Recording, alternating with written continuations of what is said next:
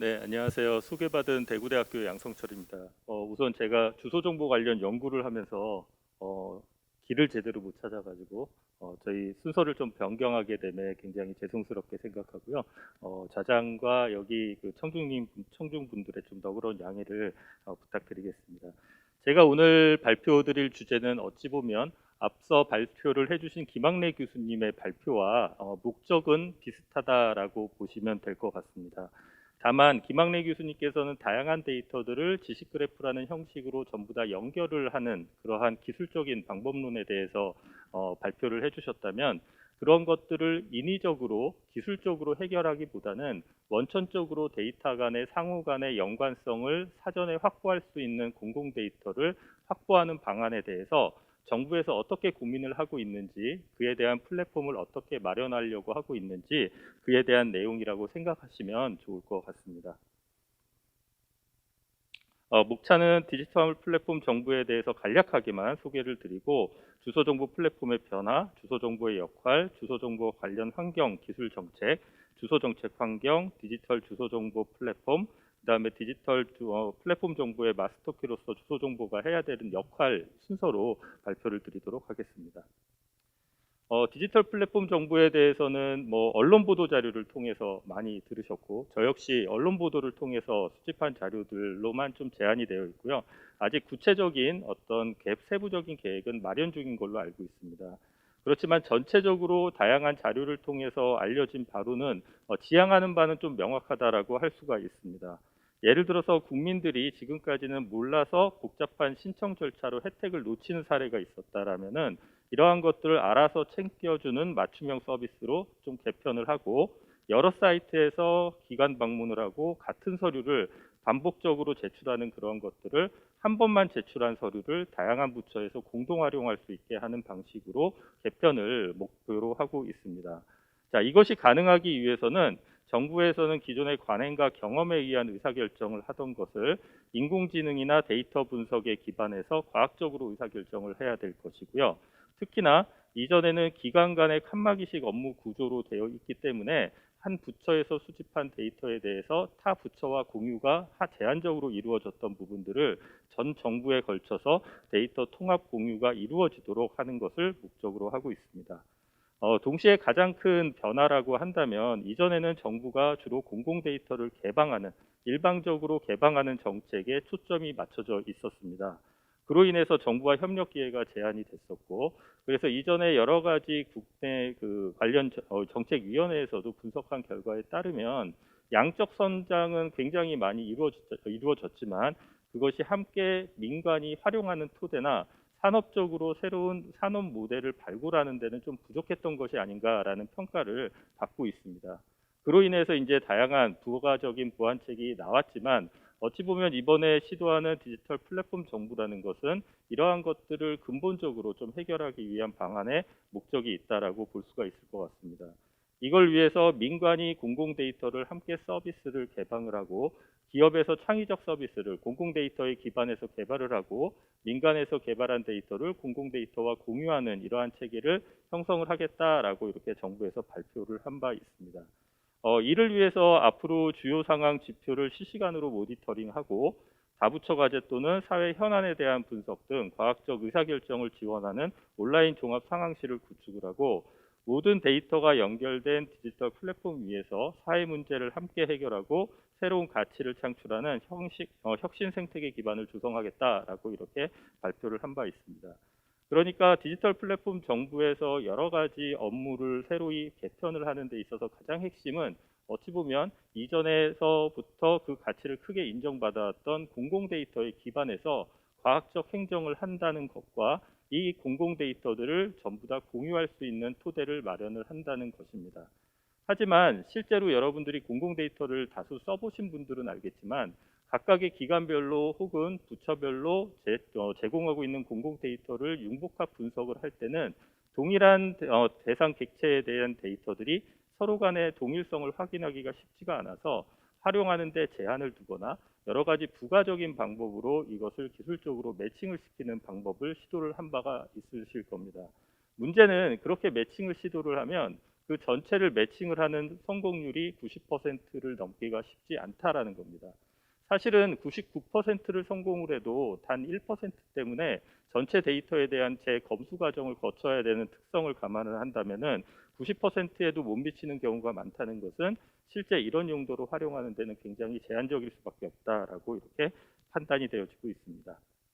그래서 그 디지털 플랫폼 정부에서 지향하는 바를 그 과거와 현재로 구분을 해서 이렇게 비교를 한다면, 과거 전자정부가 부처별 전문 영역 업무의 시스템을 구축을 했다면 정부 전체가 같이 협업하고 연계될 수 있는 새로운 플랫폼을 구축을 하고, 과거 전자정부는 주로 행정 서비스를 제공하는 정부 관점에서 개별 부처의 업무를 위한 시스템 고도화에 초점을 맞춰져 있습니다. 그래서 실제로 우리나라의 전자정부나 각 부처별 시스템은 전 세계적으로도 상당한 수준이다라고 이렇게 알려져 있는데, 이것을 부처별 전문 영역 기반의 사일로 방식에서 모든 부처가 협업하고 연계될 수 있는 새로운 플랫폼이다라는 이런 방식으로 개편을 하려고 하고 있습니다. 특히 이 과정에서 정부가 독점적인 공급자로서 일반적으로 서비스를 제공하는 방식이 아니라 민간과 협업하고 혁신의 동반자가 되는 새로운 모델이다라고 이렇게 제시를 하고 있는데요. 사실 최근에 여러 정책에서, 최근 수년간의 정책에서 새로운 단어들이 많이 생성이 되고 있는데, 그 중에 하나가 이 사일로라는 단어일 겁니다. 사일로라는 건 한 곳에 모두 넣고 그것에서 새로운 정보를 가공을 해내는 건데, 무조건 한 곳에 넣는다고 해서 그것이 새로운 가치로 형성이 되어지진 않습니다.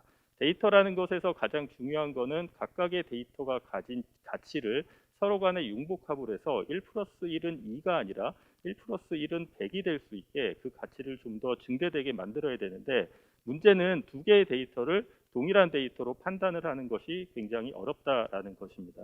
그러면 이런 것들을 해결을 하기 위해서 무엇인가 기준이 되는 식별자가 필요할 것이라고 생각을 하고 있습니다. 우리 사회에서 사실은 가장 대표적으로 식별자로 가장 고유성을 갖고 있고 가장 강력한 수단이라고 한다면 주민등록번호가 될 것입니다. 하지만 주민등록번호는 개인의 굉장히 중요한 신용에 관련된 정보들이고, 이것들을 함부로 유출을 할 수도 없기 때문에 개인정보가 막강한 어떤 그 기능을 가졌음에도 불구하고 실제로 이러한 식별자로 사용하는 데 있어서는 한계가 좀 있습니다. 그래서 그 대안으로 제시를 하는 것이 바로 주소정보다라고 이렇게 말씀드릴 수 있겠습니다. 그러면 이것이 가능하게 하기 위해서 주소정보 플랫폼이 앞으로는 기존의 방식에서 벗어나서 새로운 방식으로 제공이 돼야 될 텐데, 그 과정에서 어떤 변화를 보여왔는지를 살펴보면은, 우리나라에서 주소라는 것은 처음에 시작한 거는 일제강점기에 조선 토지조사 사업 때 구체적으로 지번 방식의 주소를 부여하면서 여러분들이 주소를 많이 좀 사용을 하게 되었습니다. 물론 그 이전부터 다양한 방식의 우리나라의 주소가 있었고 도로명 방식의 주소도 사용이 되고는 있었지만은, 모두가 누구에게나 주소가 부여되기 시작한 그런 시점들은 일제강점기부터라고 볼 수가 있겠습니다. 일제강점기에 시작된 지번 방식의 주소들이 이제 그 현대에 좀 이르르면서 1996년도에 PBLIS와 LMIS라는 어떤 시스템으로, 전산 시스템으로 구축이 되어 왔습니다. 제가 그 이전에 전산 시스템화 되지 않은 상태에서는 이 플랫폼이라는 부분에 대해서 논할 바가 없기 때문에 그 부분에 대해서는 생략을 했습니다. 그리고 나서 2006년도에 KLIS라는 한국토지정보 시스템이라는 형태로 개편이 됐습니다. 물론 제가 말씀드린 PBLIS나 KLIS나 주소를 만들기 위한 시스템은 아닙니다. 하지만 어쩔 수 없이 토지 정보를 관리를 하는 과정에서 생성된 지번이라는 것을 우리가 주소라는 걸 썼기 때문에 이것이 주소정보 플랫폼의 일종이다라고 이렇게 생각을 할 수는 있습니다. 그러다가 행정안전부의 여러 가지 노력에 의해서 1990년대 후반부터 시작을 해가지고 2011년도에 국가주소정보 시스템이 구축이 됐습니다. 이게 지금 현재 사용하고 있는 카이스라는 시스템이 되겠습니다. 그러니까 독립적인 주소를 위한 어떤 플랫폼의 시작은 2011년도라고 볼 수가 있겠습니다. 하지만 아쉽게도 당초 2012년도부터 도로명 주소 방식으로 전면 전환을 하려고 했지만 어떤 그 과정에서의 좀 부족한 점이 발견이 되었고, 이를 보완한 후에 좀 더 국민들이 수용성 있게 도로명 주소를 시작을 할 수 있게 하기 위해서 2년간의 유예 기간을 뒀습니다.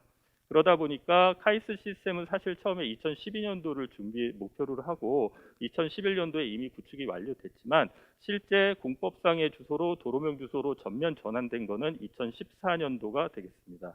그래서 2014년도부터는 도로명 방식의 주소를 전면 전환을 사용을 했고요.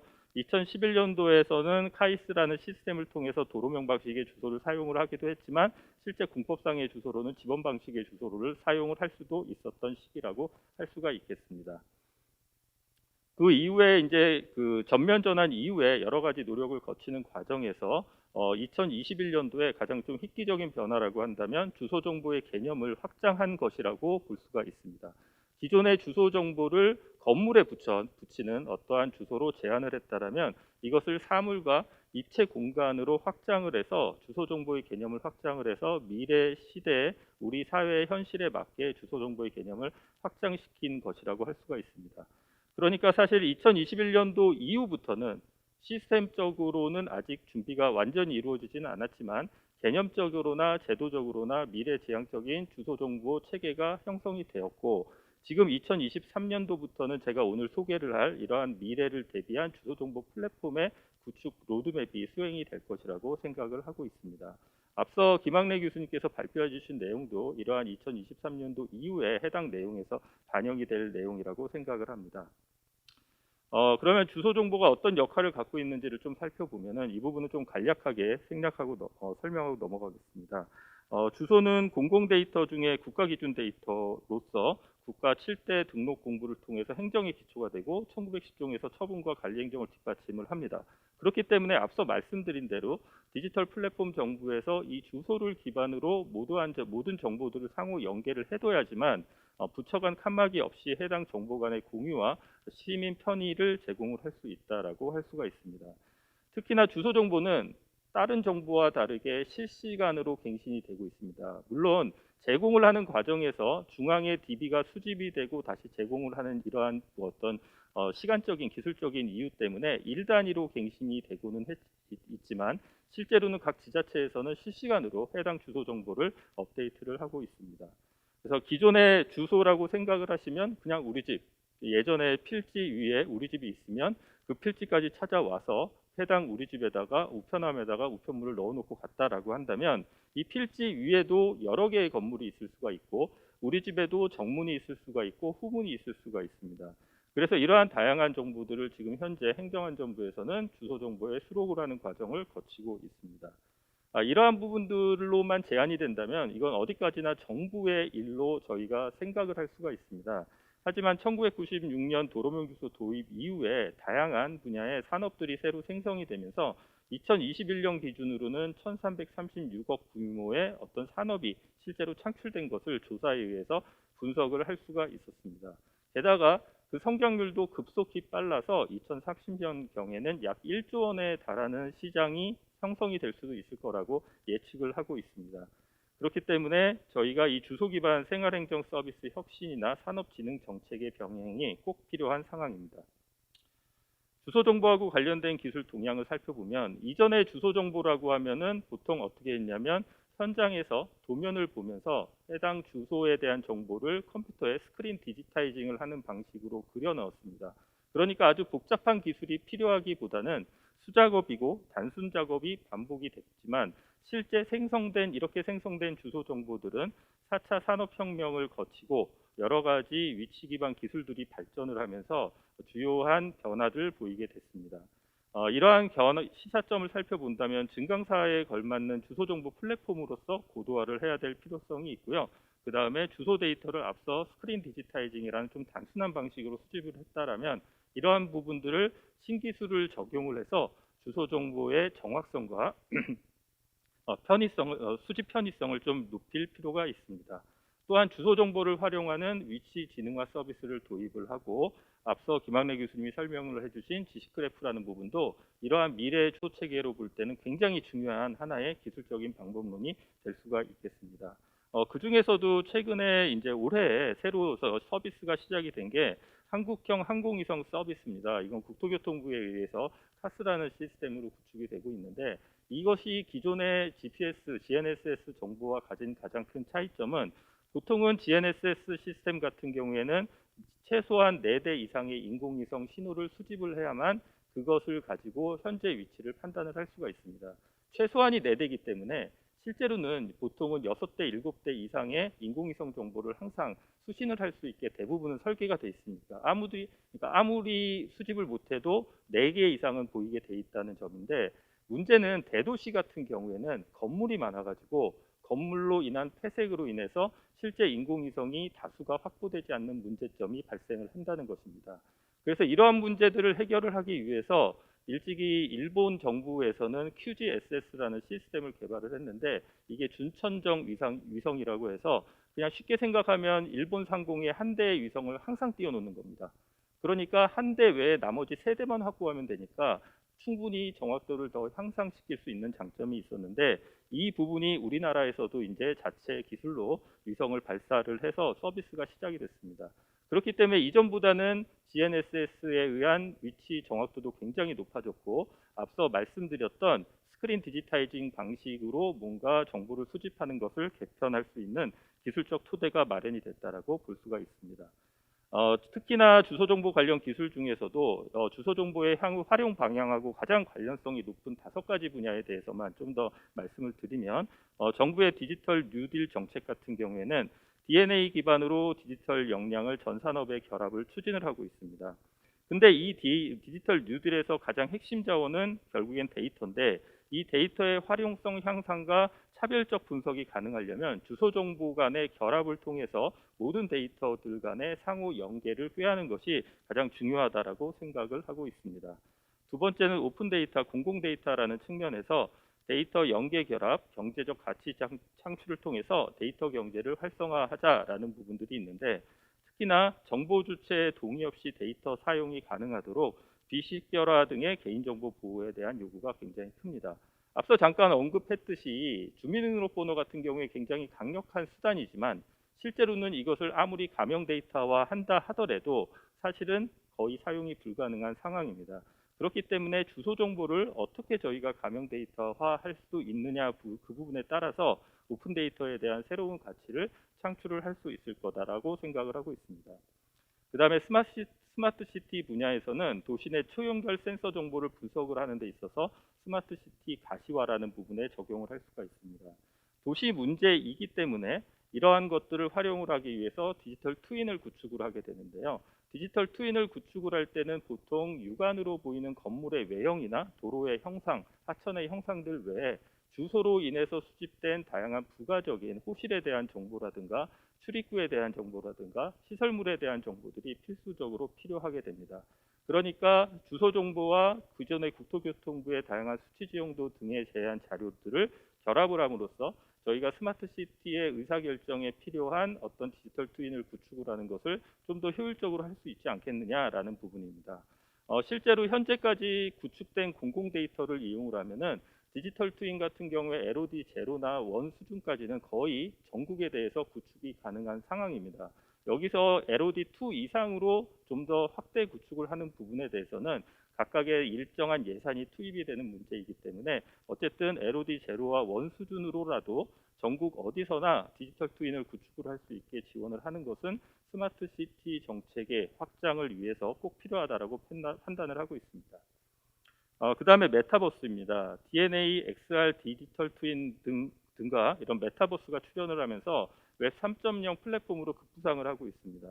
그런데 가상과 현실이 융합된 공간이기 때문에 만약에 우리가 가상에서 어떠한 활동을 했을 때 그 활동에 대한 실제 세계와의 연결점에 대한 정보가 필요하게 됩니다. 예를 들어서 가상의 공간에서 온라인 쇼핑을 했다라고 한다면 온라인 쇼핑을 한 그 가상의 공간의 물건이 실제 물류센터를 거쳐서 저희 집으로 이렇게 도착을 하는 이런 부분들이 필요하게 됩니다. 그래서 이를 위해서 주소 정보의 연계가 필요하게 되고요. 끝으로 자율주행 같은 경우에는 우리나라에서는 2027년을 목표로 레벨 4를 추진을 하고 있습니다. 근데 모든 도로와 교통시설에 도로명 사물 주소를 이미 부여를 했기 때문에 그러한 정보를 토대로 주행 정보들을 가공해서 제공을 할 수 있다라고 판단이 되고 있습니다. 결국에는 미래 성장 동력으로 주소 정보의 초지능화를 필요로 하게 되고요. 이 초지능화라는 것은 주소 데이터와 다른 데이터 간의 상호 연계를 통해서 가능한 사항이라고 판단을 하고 있습니다.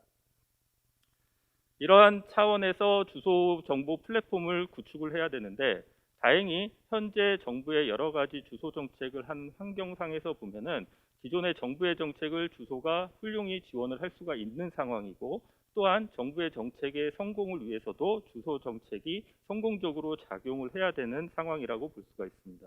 일예로 현 정부의 110대 국정과제 중에 디지털 플랫폼 정보 구현이 있습니다. 여기에 보면은 스마트 주소로 AI 로봇 배송하는 과제들이 포함이 되어 있고요.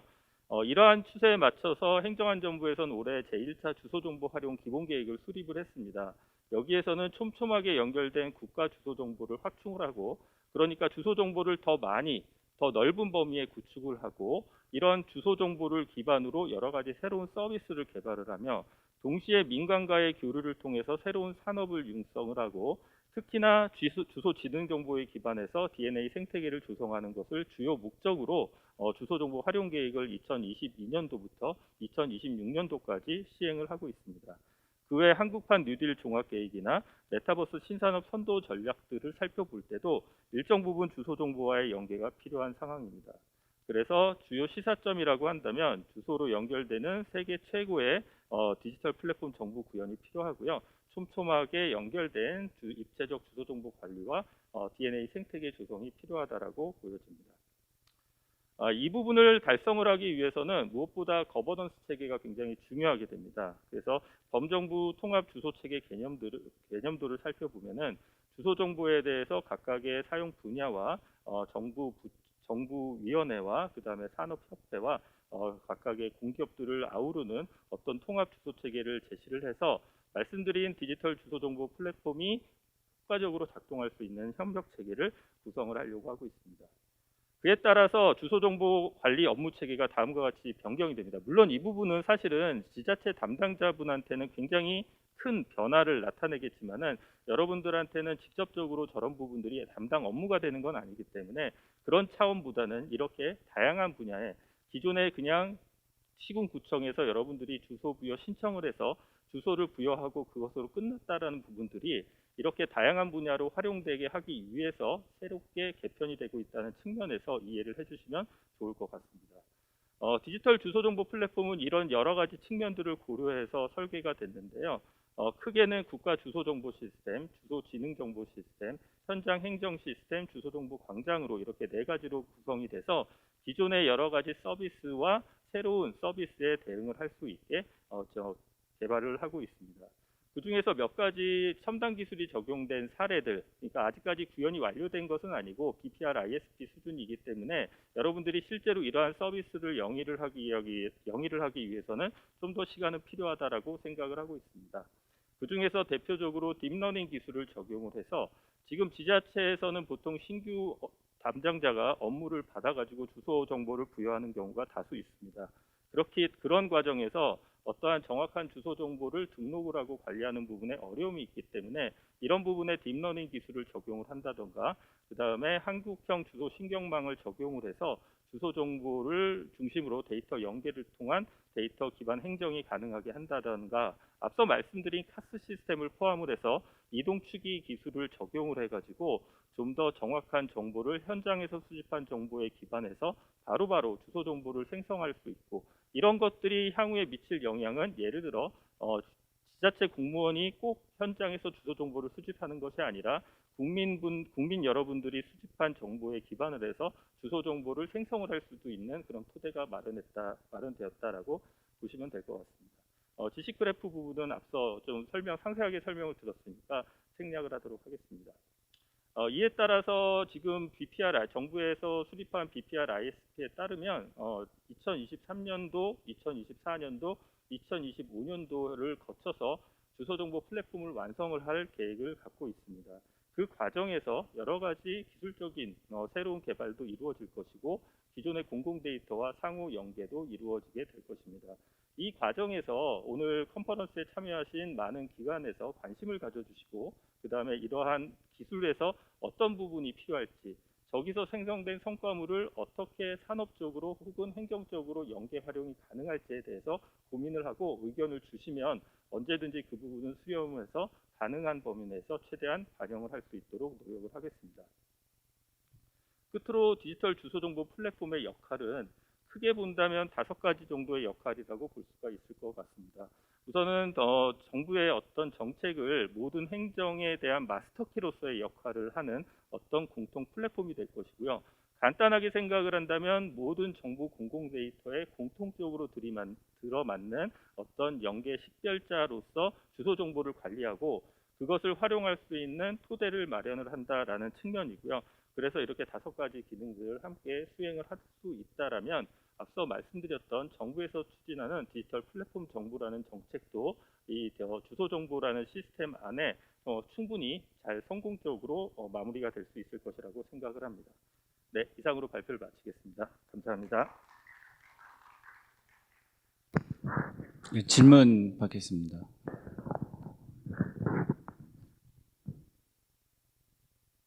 한 분만 질문하셔가지고요. 책이 2권 남아 있습니다.